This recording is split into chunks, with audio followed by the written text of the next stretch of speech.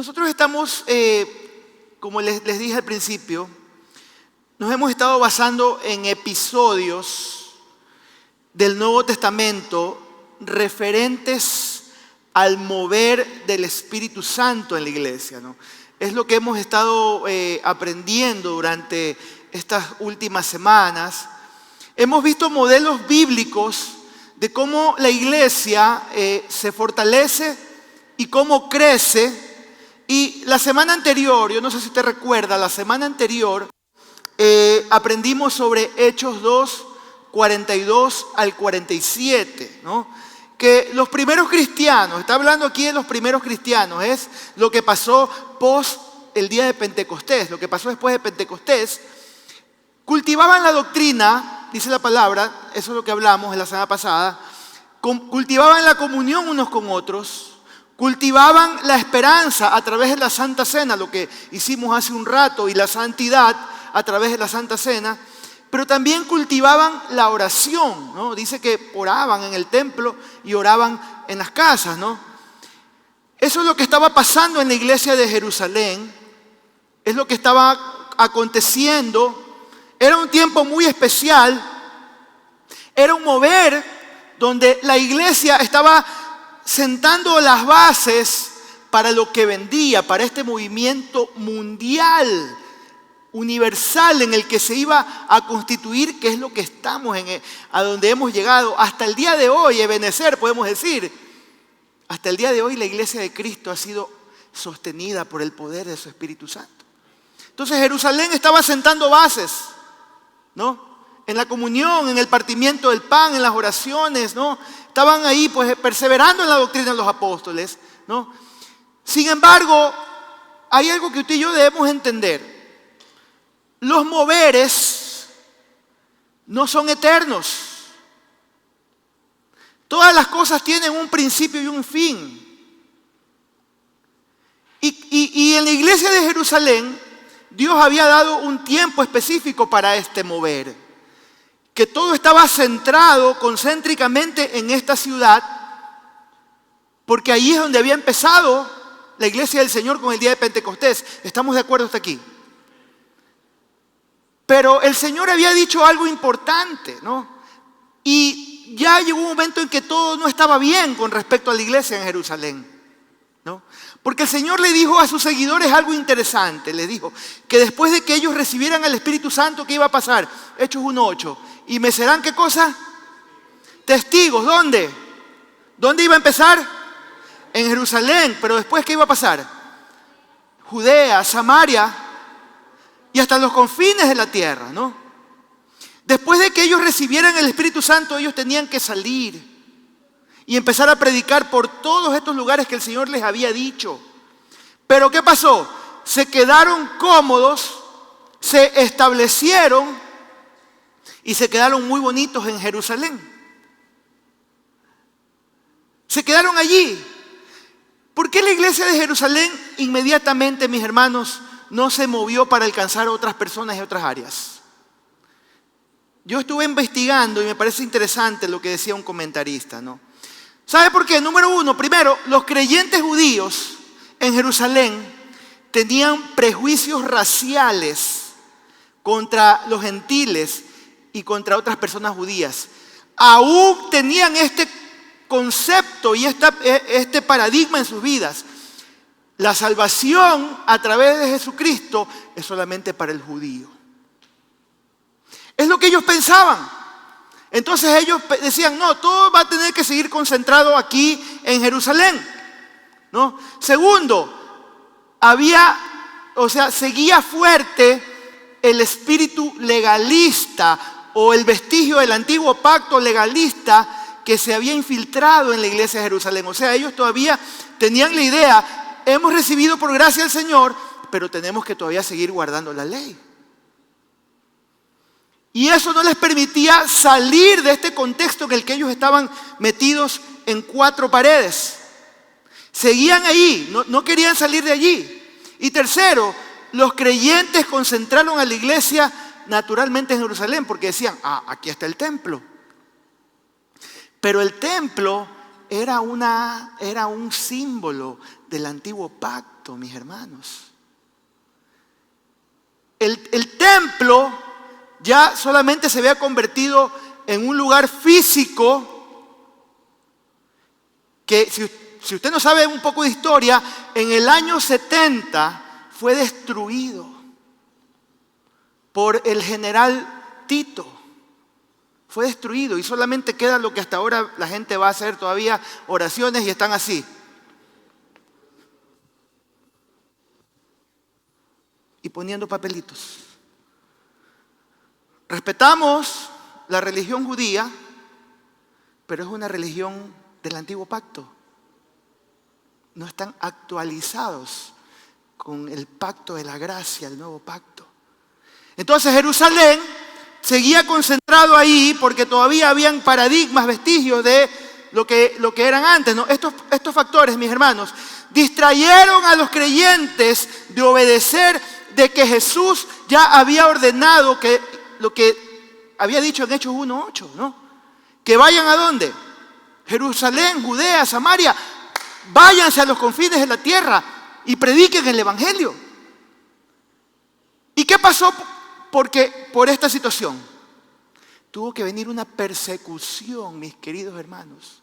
La primera persecución, recuerde, Hechos 1:8 dice, vayan. Pero el Señor tiene que llegar, tienen que pasar 8 capítulos. Y miren lo que dice Hechos 8:1. Dice, en aquel día hubo una gran persecución contra la iglesia que estaba hacinada, no, esa es mi palabra, ¿no? Que estaba en Jerusalén, ¿no? Y todos fueron, dice, esparcidos por las tierras de Judea y Samaria, salvo los apóstoles. Qué interesante. Hechos 1:8, el mandato del Señor, la iglesia de Jerusalén no obedece y tiene que llegar a Hechos 8:1. Persecución para que pase lo que he pedido que se haga. Entonces, ¿qué hicieron? Se fueron por Samaria, se fueron por Cesarea, se fueron por Fenicia, por Chipre y llegan a un lugar llamado Antioquía, ¿no? Y es de la iglesia de la que hoy quiero hablarles. Antioquía. Diga conmigo, Antioquía. 1, 2 y 3. Antioquía, ¿no? La iglesia de Antioquía era una iglesia, hermanos, con una población de 500,000 de personas. Antioquía era la tercera ciudad más grande del Imperio Romano, después de Roma y de Alejandría. Tenía imponentes edificios, tenía una calle principal de más de 6 kilómetros de largo, era una avenida principal y estaba pavimentada con mármol, imagínense, ¿no? Mire, era la única ciudad del mundo antiguo en ese tiempo que tenía calles iluminadas por la noche. Antioquía, ¿no? Antioquía era una ciudad de pecado, era una ciudad perversa, ¿no? Tal vez siguiéndole solo a Corinto, era una ciudad, una Sim City, dicen los gringos, ¿no? Y aunque adoraban todas las deidades griegas, romanas y sirias, ¿no? ¿Qué pasaba con ellos? Ellos tenían una imagen, ellos tenían una deidad que se llamaba Dafne. ¿Cómo se llamaba? Dafne, con F en medio. Dafne, ¿no? Esta adoración a Dafne incluía prostitución cúltica. ¿Qué significa esto? Que habían prostitutas en el templo y quien venía a adorar tenía que participar de todas estas inmoralidades sexuales. Imagínense, ¿no? Antioquía era para el mundo romano, para el antiguo mundo, el mundo romano, lo que Las Vegas, Tailandia, Dubái, Ámsterdam es para nuestro mundo. Esa era Antioquía, ¿no? Y allí donde se adoraban a todos los dioses de la antigüedad, ¿no? Allí pasaban tantas cosas malvadas, pero la Biblia dice, donde abunda el pecado, sobreabunda la gracia. ¿Cómo es Manta para usted? Usted sabe todas las cosas que hemos venido viviendo durante estos últimos 10 años, ¿no? La libertad para la drogadicción. Jóvenes, muchachas jóvenes prostituyéndose. Tanta maldad, tanta violencia, sicariato. Estamos en Antioquía. Pero donde abunda el pecado, mis hermanos, sobreabunda la gracia, ¿no?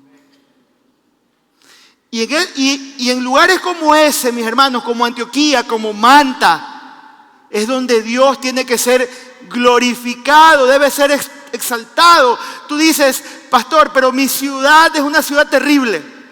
Aquí el evangelio no funciona. Aquí es complicado que se le pueda predicar el evangelio a alguien. Lo que es imposible para el mundo es totalmente posible para Dios, mis hermanos. Aquí las iglesias no prosperan, aquí no hay iglesias grandes. Aquí el evangelio empieza algo y después pum, se cae. No, decimos no, rechazamos esa palabra. Porque el evangelio, él dice que ni las puertas del infierno prevalecerán contra la iglesia del Señor, mis hermanos, ¿no? Tú dices, tal vez mi barrio es muy peligroso, pastor. Hay gente muy mala. Y es ahí donde Cristo debe brillar, mis hermanos. Alguien dijo, un pastor dijo hace unos días atrás, la iglesia de Cristo debe estar a unos pocos pasos del infierno. Allí debe estar levantada la iglesia, porque el infierno no puede prevalecer contra la iglesia. Allí donde hay oscuridad, mis hermanos. Y allí, hermanos, esto es lo que pasó con Antioquía. No solamente se estableció una iglesia eficaz, sino que llegó a ser la iglesia que envió al apóstol Pablo y Bernabé a sus viajes misioneros. Imagínense. Imagínense. ¿Qué nos enseña esto, mis hermanos? Que el poder del Espíritu Santo es más fuerte que cualquier influencia demoníaca, de pecado, de maldad que haya alrededor nuestro.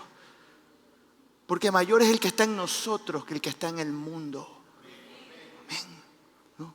Mire, cuando los creyentes perseguidos llegaron a Antioquía, ¿qué pasó? Ellos no se sintieron intimidados. Me encanta esto, mis hermanos. No dijeron, ay, fueron llegando y empezaron a ver los edificios, las luces en las calles, ay, esta ciudad, qué miedo. No se sintieron intimidados. No se sintieron intimidados por el orgullo de sus ciudadanos. No, la palabra de Dios dice que estaba en sus labios y la mano de Dios en su testimonio, mis hermanos. Y gran número de pecadores se arrepintieron y creyeron, ¿no? Fue una obra emocionante por la maravillosa gracia de Dios. ¿Cuáles son las características? Yo puedo decir, hermanos, para mí Antioquía es una iglesia conforme al corazón de Dios. Y así yo le he puesto a este mensaje, ¿no? ¿Y cuáles son esas características de una iglesia conforme al corazón de Dios? Yo tengo aquí 3 cosas que quiero compartir, 3 principios que veo en la iglesia de Antioquía que nosotros deberíamos imitar como iglesia. Número 1, la iglesia de Antioquía fue fundada en la palabra de Dios. Miren lo que dice el texto, vamos al texto, Hechos 19, del 19 al 21. Dice, ahora bien, los que habían sido esparcidos a causa de la persecución que hubo por motivo de Esteban, hago pausa aquí. Todo empezó por un martirio. Uno de los servidores de la iglesia llamado Esteban estaba predicando y los fariseos que todavía estaban tratando de cumplir la ley, estaban en contra de los cristianos, decidieron matar a este hombre predicador llamado Esteban. Ese fue el detonante que hizo que la iglesia se esparciera. Amén. Sigo. Pasaron hasta Fenicia, Chipre y Antioquía sin hablar a nadie la palabra, sino solo a los judíos. Y me encanta esta parte. Pero había entre ellos, porque solamente le estaban predicando a los judíos, ¿no? Recordemos lo que les dije hace un rato, ¿no? El tradicionalismo, los paradigmas, no, solamente esto es para los judíos. A ningún gentil, a nadie que no sea conocido mío, a nadie que me caiga bien, yo no le voy a predicar a nadie solamente a los que estén bien, a los que quieran, a los que yo creo que sí necesitan el evangelio, ¿no? Ese era el paradigma del judío cristiano, el judío mesiánico. Pero ¿qué dice? Pero había entre ellos unos de Chipre y Cirene, los cuales entraron en Antioquía y hablaron también ¿a quiénes? A los griegos, ¿no? Siempre unos pocos son los que abren camino y marcan la diferencia. Sí, mi hermano. A veces nos estamos dejando llevar por el tradicionalismo, por costumbres, y tenemos que marcar la diferencia. Tenemos que abrir camino, hacer las cosas distintas. Albert Einstein decía, es de locos querer ver otros resultados y seguir haciendo siempre lo mismo. Y aquí vemos a unos Einstein en la antigüedad, gente de Chipre y de Cirene, que empezaron a predicarle a los griegos, ¿no? Dice, anunciando el evangelio de Jesús, y la mano del Señor estaba con ellos, y miren lo que pasó, y un gran número creyó y se convirtió al Señor. ¿Qué puedo ver yo aquí, mis hermanos? La iglesia de Cristo es una iglesia bíblica. La palabra de Dios es nuestro fundamento y guía, y nada puede reemplazar eso. No hay ningún texto, ningún libro, ninguna otra cosa que pueda ser más importante para los hijos de Dios que la palabra de Dios. Siempre dice la hermana Patti, es nuestro manual de vida. Sí, es nuestro manual de vida. Es lo que nos enseña a vivir, a caminar cuando somos hijos de Dios, lo que hace un cambio en nuestras vidas. Mire, es interesante que el texto no habla de ninguno de los apóstoles, no habla de ninguno de los diáconos, excepto Esteban, que había muerto, que lo habían matado, ¿no? ¿Quiénes fundaron? Escúcheme acá, iglesia, escúchame acá. Quienes fundaron la iglesia en Antioquía eran discípulos anónimos. Lo vuelvo a repetir, discípulos anónimos que fueron esparcidos como resultado de la persecución. Ellos plantaron esa iglesia en Antioquía. Ellos empezaron un trabajo ahí en Antioquía. Y esta iglesia se fundó, mis hermanos, con los principios del arrepentimiento, de la fe en Dios. ¿Cómo lo hicieron? Anunciando el evangelio, mis hermanos. ¿Cómo impactas vidas? ¿Cómo llegas a nuevas personas? Hablando del Netflix, hablando de las últimas películas, anunciando el evangelio. ¿Cómo impactas? La Biblia dice que el evangelio de Dios es poder de Dios para salvación, y por eso no me avergüenzo del evangelio, ¿no? Se proclama el evangelio para que podamos ver cambios. Se proclama el evangelio para que se pueda iluminar una casa. Se proclama el evangelio para que un barrio pueda conocer al Señor, una ciudad pueda conocer al Señor. Y yo le pregunto hoy, ¿qué le detiene a usted de lo que hicieron estos discípulos anónimos? ¿Qué lo detiene a usted? ¿Qué te detiene de hacer lo mismo que hicieron estos discípulos que llegaron a Antioquía? Que no sabemos sus nombres, ¿no? Le hablo a los que ya se consideran cristianos. Los que dicen, yo ya soy un hijo de Dios, pastor.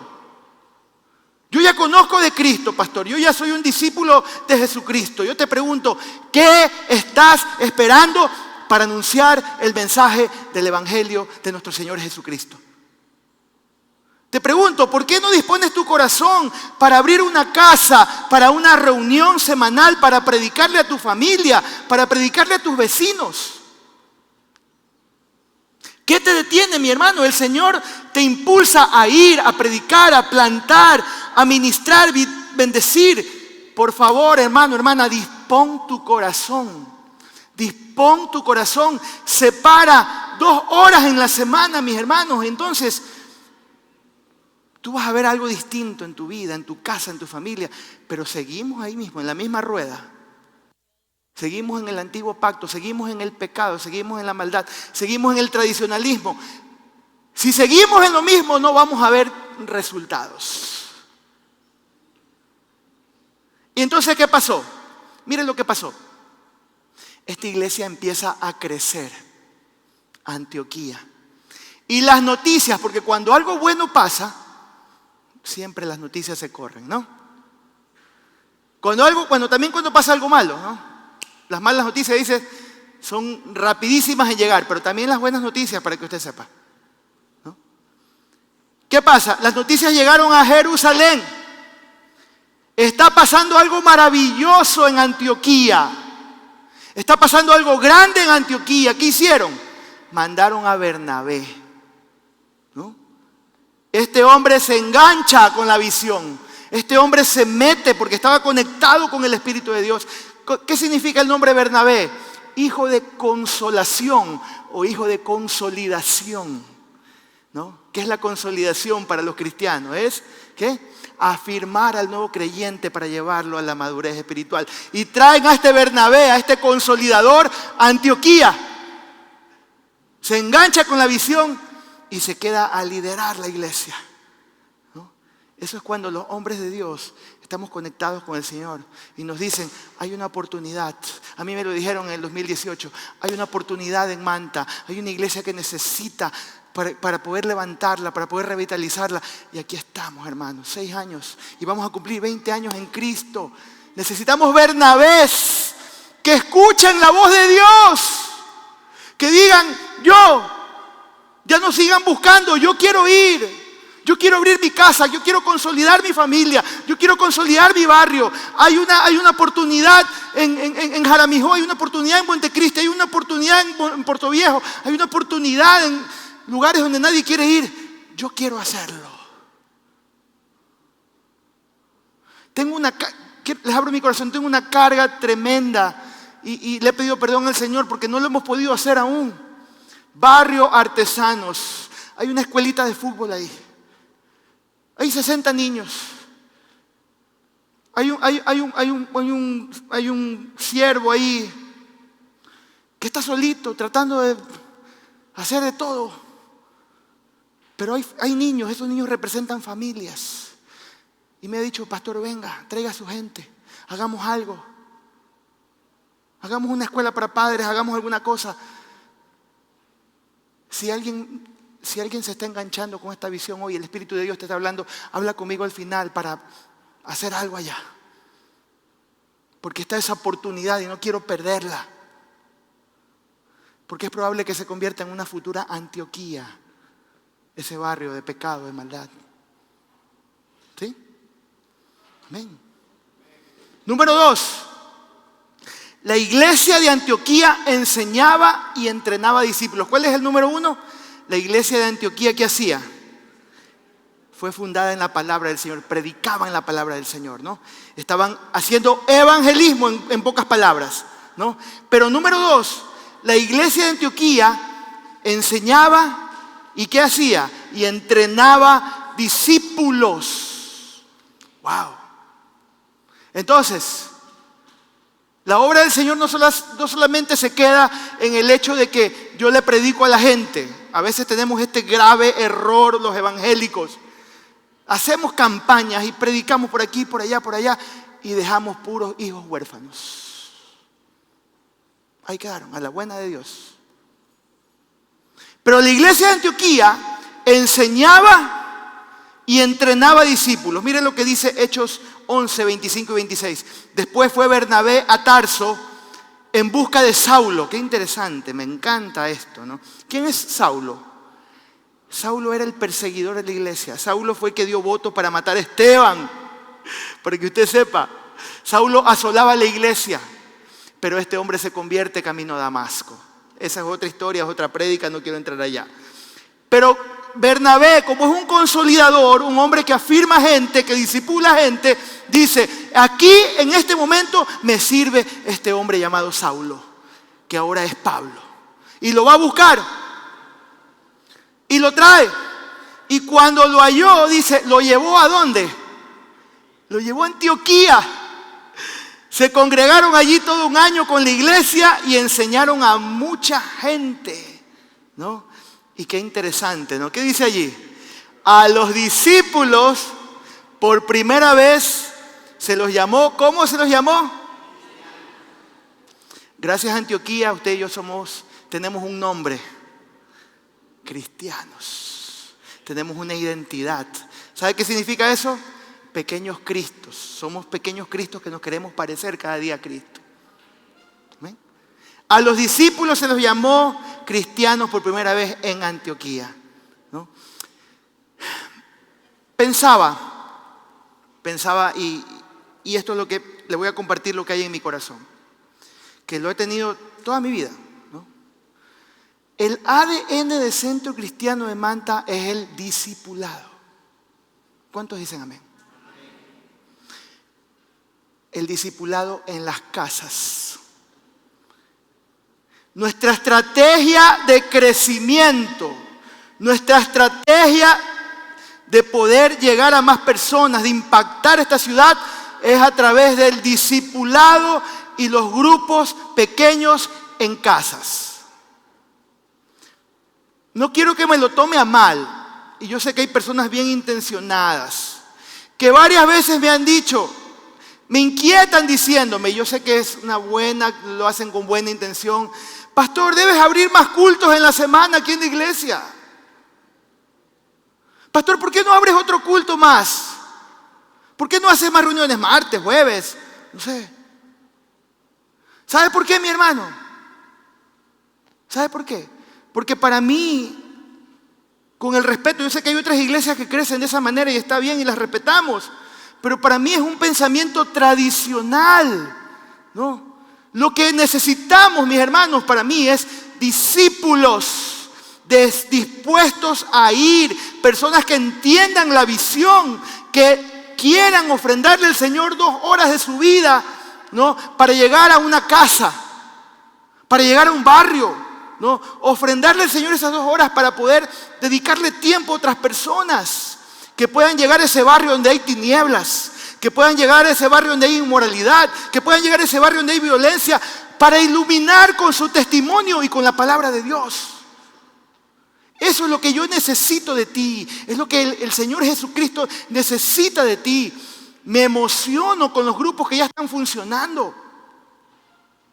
Me emociono lo que está pasando en la casa de la hermana Joana Párraga, lo que está pasando en la casa de los Delgado Palacio, lo que está pasando en la casa de mi hermana Nelis, lo que está pasando en Santa Marta, donde Dorita, en la casa de la hermana Gina. Me emociona lo que está pasando con los jóvenes los sábados en la tarde. Y así queremos Bernabés que digan, yo quiero ir, pastor, yo estoy dispuesto a ir. No Bernabé solo varones, también damas, mujeres, jóvenes, que digan, yo también quiero ir. Yo también lo puedo hacer. Yo también lo quiero hacer, pastor. Aquí estoy, heme aquí, pastor. O heme aquí, Señor. ¿No? Porque tú y yo somos los responsables de hacer discípulos. Yo como pastor soy responsable de hacer discípulos. Soy responsable de un grupo principal con el que yo estoy trabajando. Ese equipo principal es responsable de hacer exactamente lo mismo. Y usted tiene también la responsabilidad de hacer exactamente lo mismo.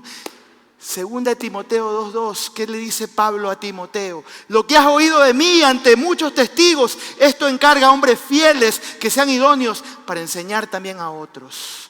Primera, segunda, tercera, cuarta generación, enseñando y compartiendo la palabra y discipulando. Eso es lo que necesita el Señor para esta ciudad, para esta iglesia.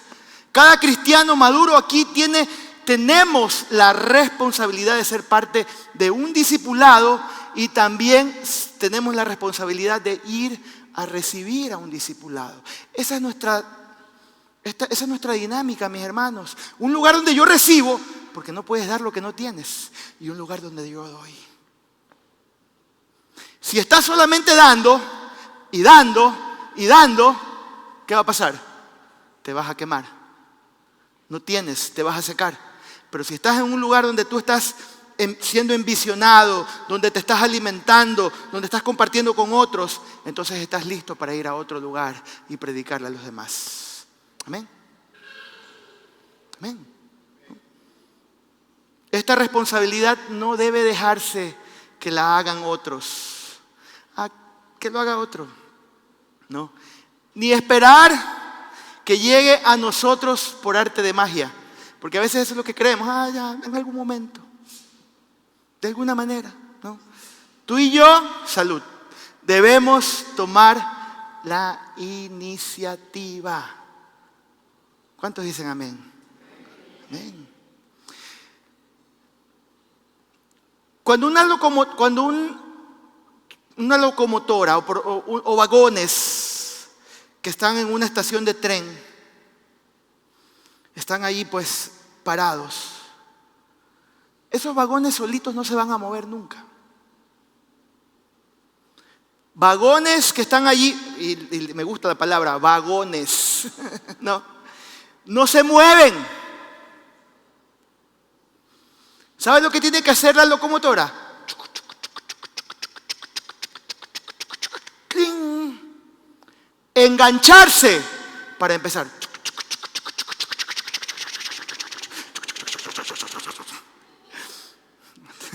Qué bueno que he hecho reír a una niña. Tú y yo tenemos que ser locomotoras que damos retro para enganchar al que está en cero, al que está en nada, al que necesita ayuda, al que está herido, al que está resentido, al que está pasando por problemas, para jalarlo y traerlo y atraerlo. Tomar tu tiempo, hacer tu afecto por esas personas, personalizarlo. Es la forma en la que podemos llegar, mis hermanos. Es la forma en la que podemos atraer a otras personas. ¡Ay, van a llegar! Veremos cuándo llegan. Esperemos que lleguen. Doy gracias a Dios y felicito a las personas que llegan. ¿Por qué? Porque nos ven en las redes. Felicito a las personas que llegaron porque alguien les habló de Centro Cristiano, porque lo vieron en Google. Damos gracias a Dios que alguien pone Iglesia Cristiana en Manta y ¡pum! Sale primero Centro Cristiano de Manta. Gracias al Señor. Pero también tú y yo tenemos la responsabilidad de ir e iluminar esa casa, ese barrio, esa familia. ¿Qué estás esperando, mi hermano? ¿Qué estamos esperando? Número 3, una iglesia conforme al corazón de Dios. La iglesia de Antioquía escuchaba y le obedecía al Espíritu Santo, ¿no? Nosotros como iglesia, mis hermanos, necesitamos tener la sensibilidad y los oídos inclinados al Espíritu Santo para que nos hable. Porque no solamente, a veces tenemos la idea de que el Evangelio es solamente actuar, activismo, pero nos olvidamos de pararnos un momento, arrodillarnos delante del Señor todos los días y decir, ninguna de estas cosas que estamos haciendo se pueden hacer sin tu ayuda, sin tu dirección, sino que tú quieres hablarnos a nosotros. Damos por sentado que ahí está el Señor, pero el Señor quiere que tú y yo dependamos de Él, que lo busquemos de todo corazón. Miren lo que dice Apocalipsis 3:22, es un mandato: el que tiene oído, oiga lo que el Espíritu dice a las iglesias, ¿no? Esto es exactamente lo que pasó con Antioquía, mis hermanos, ¿no? Mientras ellos estaban congregados, me encanta esto, ¿no? Estaban adorando al Señor. Dice, en aquellos días, unos profetas descendieron a Jerusalén, de Jerusalén a Antioquía. Ya había ido Bernabé por las noticias, entonces también llegan profetas, ¿no? Y dice, y levantándose uno de ellos llamado Ágabo, daba a entender por el Espíritu que vendría una gran hambre en toda la tierra habitada, la cual sobrevino en tiempo de Claudio. Claudio fue uno de los emperadores romanos, ¿no? Entonces los discípulos, cada uno conforme a lo que tenía, determinaron enviar un socorro a los hermanos que habitaban en Judea, lo cual en efecto lo hicieron, ¿no? Enviándolo a los ancianos por mano de Bernabé y Saulo. Mire lo que ya estaba pasando con Bernabé y Saulo, ¿no? Yo quiero enseñar con este punto, mis hermanos, un par de cosas importantes con respecto a nosotros como iglesia. En primer lugar, mis hermanos, como iglesia, si nosotros queremos ver la mano del Señor en nuestra vida, una de las cosas en las que tenemos que trabajar es en nuestras disciplinas espirituales. Tal vez para alguna persona esto suene como algo nuevo. Pero es algo que usted desde el principio, desde que usted viene a Cristo, es lo primero que usted tiene que aprender a cultivar en su vida. Como iglesia tratamos nosotros de enseñarles esto. La escuela de crecimiento procura enseñar esto. Los lunes de oración procuramos enseñar esto a los hermanos que se conectan. Las disciplinas espirituales, ¿qué significa esto? Tener un devocional consistente todos los días con el Señor. Buscarlo. El estudio de la palabra, el tener ayunos, el tener meditación, el buscar al Señor. Son necesarios, hermanos. Es algo tan importante, es vital para la vida espiritual personal y de la iglesia. Usted y yo tenemos que aprender a tener hábitos sanos con respecto a nuestra vida espiritual, ¿no? Como pastor me pregunto yo siempre, ¿por qué hay tanta derrota? ¿Por qué hay tanto fracaso? ¿Por qué hay tanta discordia? ¿Por qué no avanzamos más? ¿Por qué como pastor siempre estoy tratando con personas que están todavía luchando con lo mismo de hace 2 años, 3 años, 5 años atrás? Y me atrevo a decir que una de las principales razones es que muchos de los hermanos no buscan a Dios como deben buscarlo. Muchos de ustedes, con el respeto que se merecen, y espero que esto los remueva, no están teniendo sus devocionales consistentes. No están orando, no están buscando de Dios, no están cumpliendo con esta necesidad en sus vidas. Esto no es un lujo, es una necesidad que usted y yo tenemos, mi hermano, mi hermana. ¿Sabe por qué? Porque hay demasiada carnalidad en nosotros. Mucha carnalidad. Estamos pensando más en las cosas de este mundo y no nos da lugar para buscar más de Dios. Estamos corriendo tras las cosas de esta vida, ahí tratando de alcanzarlas, y por más que estiro las manos no lo alcanzo. Luchas, peleas, eso dice Santiago, y no puedes alcanzar lo que quieres. ¿Por qué? Porque pides mal. Porque lo pides para tus deleites, lo pides para tus banalidades. Estás pensando en esto nuevo y lo acá y lo allá, y aparentando cosas para poder que la gente que viene a tu casa, ay, sí, él vive bien, ¿no? Apariencias. Cuando lo más importante es buscar al Señor con todo tu corazón, con toda tu alma, amarlo a Él. Y las cosas, lo demás va a venir por añadidura, mi hermano, mi hermana. Mateo 6:33. Primero el reino y después vienen las cosas. Pero lo invertimos. Primero las cosas y después el reino. Por último el reino. Y eso es lo que te tiene en derrota, en discordia, detenido, y no puedes avanzar más. Estamos abarrotados en las cosas de esta vida y no nos da lugar para servir más y mejor. Sí, desafortunadamente es eso. Pero cuando tú y yo le buscamos, cuando tú y yo nos postramos, es cuando vamos a escuchar la voz de Dios en nuestra vida. Es cuando vamos a escuchar al Señor, es cuando todo cambia. Una segunda cosa es no tenerle miedo al obrar del Señor con los dones espirituales. Nosotros necesitamos entender esto, mis hermanos. Yo sé que hemos visto muchos malos ejemplos y lo sé. Lo sé. Hemos visto excesos. Esta semana falleció uno de los grandes teleevangelistas de Asambleas de Dios. No sé si tú lo escuchó. El reverendo Jimmy Swaggart. A sus 90 años. Este hombre, Dios lo usó de manera increíble. Fue uno de los precursores para el avance de las Asambleas de Dios a nivel mundial. Parte del recurso, parte de lo que usted ve en Guayaquil, en el Liceo Cristiano de Guayaquil, fue porque a través de la obra de él se pudo construir el primer edificio que está en el liceo en la Juan Tancamarengo. Yo nunca me voy a olvidar a mi pastor.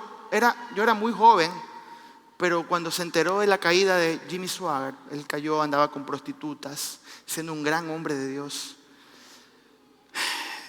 Mi pastor estuvo todo, así como David cuando se le murió el hijo y había pecado David, él lo sintió como que él mismo había pasado por esto, el pastor Jerry Smith, llorando ahí en el auditorio, pasó todo el día, estuvo en ayuno, triste. Porque yo sé que muchas veces han habido este tipo de excesos, y este tipo de caídas y de pecados y de fallas morales, pero también han habido shows y cosas que han puesto en vergüenza el evangelio, se han mal utilizado los dones. Es verdad, mis hermanos. Eso es verdad, mis hermanos, ¿no? Pero si están en la Biblia, no podemos apagar las manifestaciones y el poder del Espíritu Santo, porque lo hemos escuchado de otros. Porque nosotros podemos marcar una diferencia y usarlos en orden, decentemente. Hacerlo como para el Señor. Entender que no es nuestro, que es del Señor. Pero no tenerle miedo al obrar del Señor con los dones espirituales. Otra cosa que yo puedo ver de este texto es ayudar a otros. ¿Qué es lo que pasaba aquí? A través de la palabra de un profeta, Antioquía pudo saber que venía un tiempo de escasez y hambre. Esto los movió a prepararse, ¿a qué? A ayudar a los necesitados en la iglesia de Judea, ¿no?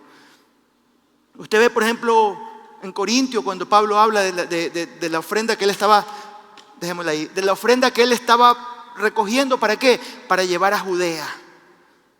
Porque había una gran necesidad en Jerusalén, en Judea. Entonces, ¿qué vemos aquí? A través de la palabra profética se activó esto, ¿no? Una compasión, un deseo de ayudar para. Hermanos queridos, nosotros debemos hacer lo mismo. Y no necesitamos una palabra profética para hacerlo. Yo quiero agradecer y quiero decirles gracias, mis hermanos, porque yo muchas veces, por ejemplo, alguien está enfermo, alguien está necesitado y la gente, pastor, aquí está la ayuda, aquí está la ayuda, aquí está la ayuda. Gloria a Dios. Son obedientes, son sensibles a la voz de Dios. Me encanta eso, mis hermanos, gloria al Señor. Eso está bueno, ¿no? Pero algo que usted y yo tenemos que entender es, escuchamos las profecías, que para mí la palabra profética más segura es lo que está en la palabra de Dios. Pero también somos obedientes a ayudar, a bendecir. Las dos cosas deben ir de la mano, mi hermano, ¿no? 4, proyectémonos a ser una iglesia de clase global. ¿Qué significa esto? ¿Qué le suena a usted una iglesia de clase global? Antioquía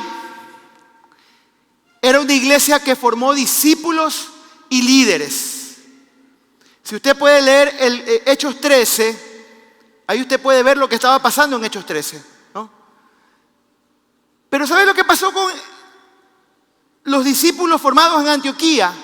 Y mire, es interesante porque era una iglesia multiétnica, como Centro Cristiano de Manta. Aquí tenemos venezolanos, tenemos colombianos, tenemos choneros,